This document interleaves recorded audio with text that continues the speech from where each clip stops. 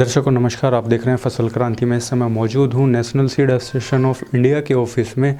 ये एक ऐसी ऑर्गेनाइजेशन है जो भारतीय बीज उद्योग को एक मंच पर लाने का काम करती है और ख़ासकर कई तरीके की गतिविधियां किसानों के लिए भी करती रहती है। क्या है ये संस्था, किस तरीके से काम करती है, इस पर चर्चा करने के लिए हमारे साथ मौजूद हैं खास मेहमान डॉक्टर R.K. त्रिवेदी जी, जो कि एग्जीक्यूटिव डायरेक्टर हैं इस संस्था के। सर बहुत बहुत स्वागत है आपका।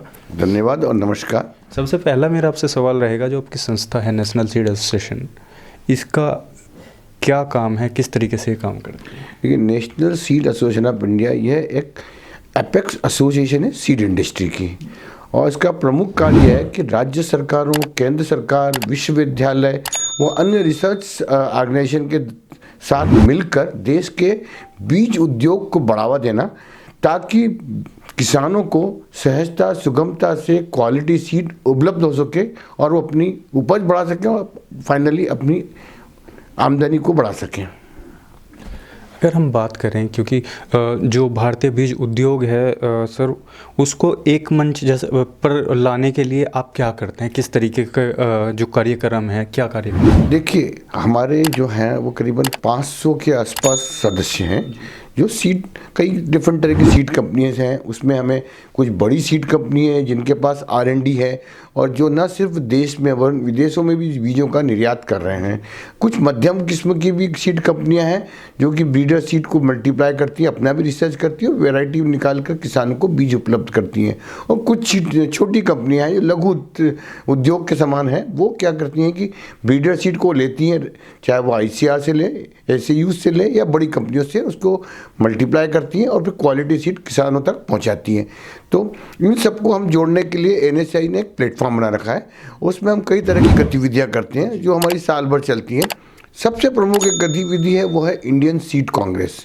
इस इंडियन सीड कांग्रेस को हम साल में एक बार करते हैं। ये हमारा मेगा इवेंट है, इसको हम कहते हैं फ्लैगशिप इवेंट। और इसमें न सिर्फ देश के कृषि वैज्ञानिक, गवर्नमेंट के ऑफिसर्स, सीड कंपनी के रिप्रेजेंटेटिव, किसान आते हैं, वरना अंतर्राष्ट्रीय प्रतिनिधि भी इसमें आते हैं और उनके एक्सपर्ट भी आते हैं, और सब मिलके एक 2 दिन का कार्यक्रम होता है। उसके अंदर रिसर्च पेपर पब्लिश्ड होते हैं, बीज उद्योग से जुड़ी हुई नई नई उपलब्धियों के बारे में बताया जाता है, और साथ ही किसानों को के लिए हम किस बेहतरी से बीजों को उपलब्ध करा सकते हैं, इस पर भी चर्चा की जाती है। सर जैसा आपने जिक्र किया, आपने बताया कि जो ये मेगा इवेंट होता है इंडियन सीड कांग्रेस, प्रत्येक वर्ष इस इवेंट का आयोजन NSI के द्वारा किया जाता है। लेकिन सवाल ये है कि इस बार का इवेंट कब होगा और क्या इसकी थीम रखी है, क्या खास बात रहने वाली है? इस बार का इवेंट, इसको हम कहते हैं 12th इंडियन सीड कांग्रेस। इस बार का सीड कांग्रेस जो है होटल वेस्टिन पुणे में किया जा रहा है। तो पुणे महाराष्ट्र चूँकि बीच के हिसाब से एक बहुत ही प्रमुख प्रदेश है और यहाँ विभिन्न तरह की फसलों का उत्पादन किया जाता है, साथ ही हार्टिकल्चर क्रॉप भी वहाँ पर है। तो इस बार हमने पुणे को अपना स्थान बनाया है। इसका जो है आयोजन होगा वो 1 तारीख को, 1 मार्च, 29 फरवरी और 1 मार्च 2024 में हो रहा है। और इसमें जो है हमारा 2 दिन के कार्यक्रम में एक टेक्निकल प्रोग्राम होगा, जिसमें कई विदेशी और देश के प्रमुख वैज्ञानिक, वो साथ ही बीज उद्योग से जुड़े हुए एक्सपर्ट्स हैं, उनके अपने रिसर्च पेपर या उनके अपने जो है लेक्चर्स होंगे, और जिससे जो है सीड कंपनियों को बहुत सारा लाभ होगा। सर अगर हम बात करें, जैसे कि आपने पहले भी बताया कि एक मंच पर इंडस्ट्री के लोगों को और जो गवर्नमेंट के लोग हैं और सीड इंडस्ट्री से किसी भी तरीके से जुड़े हुए हैं, एक मंच पर लाने का काम किया जाता है। तो लगभग कितने डेलीगेट्स राष्ट्रीय और अंतर्राष्ट्रीय स्तर पर आने की संभावना है? देखिए, इस बार हमें मोर देन 450, 450 से ज़्यादा तो उम्मीद कर रहे हैं। और इस बार का जो हमने थीम रखी वो भी बड़ी इम्पॉर्टेंट है, वो है सीड फॉर सस्टेनेबल एग्रीकल्चर। ये एक बहुत इंपॉर्टेंट, सस्टेनेबल एग्रीकल्चर का मतलब यह है कि जो देश का कृषि है, या इवन हम ये कहें कि पूरे ग्लोबल एग्रीकल्चर है, उसको एक कंसिस्टेंट रूप से आगे बढ़ना है। उसमें ये नहीं है कि भाई अभी थोड़ा आगे बढ़ गया फिर पीछे आया, फिर कहीं और किसी तरह की समस्या आ गई।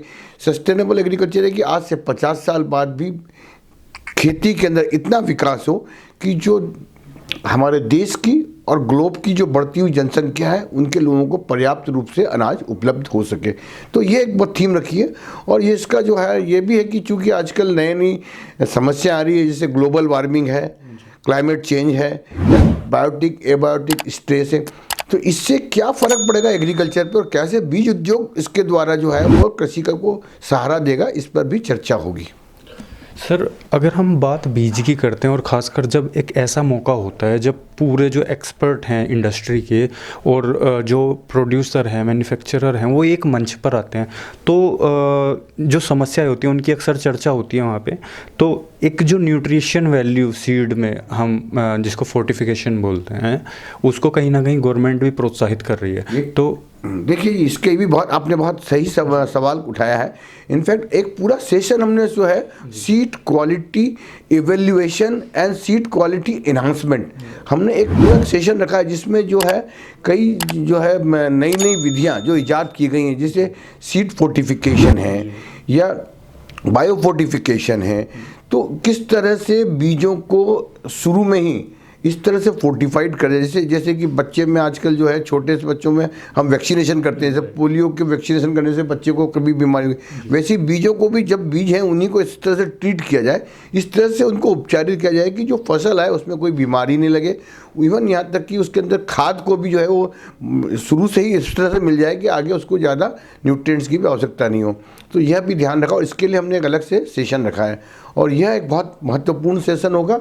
और हमें उम्मीद है कि जो इंटरनल एक्सपर्ट्स हैं, इंटरनेशनल एक्सपर्ट्स भी हैं, उनसे लोगों को जितने भागीदारियाँ रहेंगी उन सबको फ़ायदा होगा। मिलेट ईयर ये हमने अभी मनाया, तो जो नेशनल सीड एसोसिएशन है, क्या प्रयास हैं खासकर इस कार्यक्रम में, किस तरीके से? देखिए, ये बहुत इंपॉर्टेंट मिलेनियम क्रॉप हो गई। तो मिलेट्स जो है ना वो बहुत अच्छी, जैसे श्री धान कह रहे हैं आजकल हम, तो ये बहुत इंपॉर्टेंट है। और इनफैक्ट इसकी न्यूट्रिशनल जो है वो क्वालिटी, जो न्यूट्रिशनल क्वालिटी, इसका बहुत इंपॉर्टेंट रोल है। और इनके बीजों की उपलब्धता करवाना हमने एक अपनी जवाबदारी समझी है। और इसका भी हम लोगों ने इस बार एक सेशन इसलिए रखा है, जो मिलेट्स क्रॉप में क्या नई नया विकास हुआ है, क्या नए नए अनुसंधान हुए हैं, किस तरह से इसके बीजों को किसानों को उपलब्ध हो, इसके बारे में भी चर्चा रखी है। खास करके हमारा जो अंतिम दिन रहेगा उसमें हमने एक पैनल डिस्कशन रखा है। उसमें हमने लिखा है कि बीज उद्योग की क्या क्या भविष्य की रिक्वायरमेंट है और किस फसल पे कितना हमें ध्यान देना है और किसको कितना इम्पोर्टेंस देना है, इस पे भी चर्चा होगी। तो आपने बहुत सही कहा कि मिलेनियम क्रॉप है, मिलेट्स जो है, इसके ऊपर पूरा ध्यान दिया जा रहा है। सर, अगर हम बात करें, क्योंकि बीज जो होता है वो कृषि की एक नींव होता है, फाउंडेशन होता है, वो वहीं से एक शुरुआत होती है। जब हम बात करते हैं क्वालिटी एश्योरेंस की और दूसरी चीज़ों की, तो क्योंकि आप इंडस्ट्री से जुड़े हुए हैं, तो इन चीज़ों पर कितना ध्यान दिया जा रहा है? देखिए जी, बीज में तो क्वालिटी सर्वोत्तम है। अगर बीज की क्वालिटी पे ध्यान नहीं दिया तो सबसे ज़्यादा किसान को नुकसान वही होने वाला है। तो हमारा NSAI, उसका प्रमुख उद्देश्य ये है कि हमारी जो सीड कंपनियां हैं वो सिर्फ क्वालिटी बीज को ही किसानों तक पहुंचाए। उसके लिए सरकार ने भी कई बीज रेगुलेशंस बनाए हैं। उन बीज रेगुलेशंस में कई तरह की नियम बने हुए हैं, उन नियमावली को पूरी तरह से पालन करना है। जैसे पहले ब्रीडर सीड है, फाउंडेशन सीड है, तो हर स्टेज में कैसे उसकी क्वालिटी को मेंटेन किया जाए ताकि अंतिम रूप से चाहे वो सर्टिफाइड सीड हो या ट्रूथफुली लेबल सीड हो, वो जो स्टैंडर्ड्स भारत सरकार ने निर्धारित किए हैं। एक किताब का नाम है Indian minimum seed certification standards. हम उस IMSC के जितने स्टैंडर्ड्स दिए हैं उसी को पालन करवाते हैं। उन्हीं को ही जो बीज कंपनियां फॉलो करती हैं उनसे कहते हैं वही बीज निर्यात करेंगी या वही बीज मार्केट में बेचेंगी। तो वो पूरा ध्यान रखा जाता है और उसके लिए हम समय समय पे वर्कशॉप भी करवाते हैं और कहीं पर जहाँ जो लिटरेचर के थ्रू भी हम अपने कंपनीज़ को या अपने मेंबर्स को ज्ञान देते हैं, उन्हें इससे अवगत कराते हैं। सर अंत में चलते चलते मेरे एक दो सवाल और हैं छोटे छोटे। जो ये कार्यक्रम होने वाला है 12th इंडियन सीड कांग्रेस, तो इसमें क्या किसान भी अपनी प्रतिभागिता कर सकते हैं? यदि कोई किसान आना चाहता है, या किस तरीके से इसकी जो पंजीकरण प्रक्रिया है क्या है? देखिए, इसकी पंजीकरण प्रक्रिया के लिए हमने अपनी एक वेबसाइट पे nsi.co.in है, इस वेबसाइट के ऊपर हमने सारी विधियां बता रखी हैं और किस तरह से पंजीकरण किया जा सकता है। और इसके पंजीकरण की विधि में कोई ज़्यादा मुश्किल नहीं है, वहीं पे ऑनलाइन फॉर्म भर दीजिए, तो हमारे पास कुछ हमने फीस रखी है जी। किसान भी भागीदार कर सकते हैं, इसमें कोई दिक्कत नहीं है।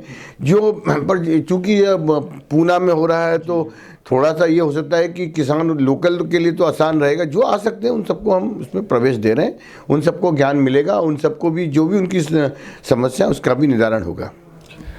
सर जो किस दर्शक आपको देख रहे हैं उसमें उनको आप NSI की तरफ से, और खासकर जब 12th इंडियन सीड कांग्रेस का मौका है, उसके आयोजन का मौका है, तो आप उनको क्या कहना चाहेंगे? देखिए, ये एक बहुत बड़ा इवेंट है। मैं जितने भी मेरे दर्शक हैं उनसे कहता हूँ, आप इस NSI के मेगा इवेंट में शामिल होइए। हाँ, अगर आप नहीं आ सकते तो आप इसको भी, जो नहीं आ सकते उनके लिए भी हम जो भी वहाँ पर डिस्कशन होगा, जितना भी वहाँ पर पेपर प्रेजेंट होंगे, उसको भी हम कंपाइल करेंगे और उसकी एक मैगजीन निकालेंगे।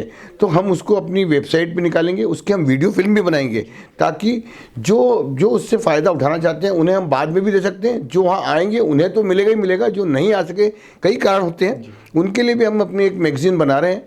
हमारा इसके अंदर एक सोविनियर भी बन रहा है, उस सोविनियर में भी आर्टिकल्स हैं, वो भी उपलब्ध होगा और उसकी कोई कीमत नहीं है, वो हम अपने वेबसाइट पर डालेंगे।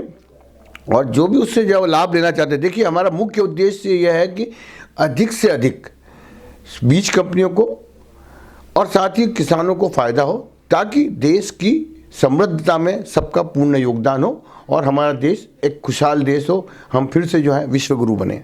धन्यवाद। बहुत बहुत शुक्रिया सर हमारे साथ जुड़ने के लिए। इसी तरीके की और भी जानकारी हम आप तक पहुंचाते रहेंगे। देखते रहिए फसल क्रांति। धन्यवाद।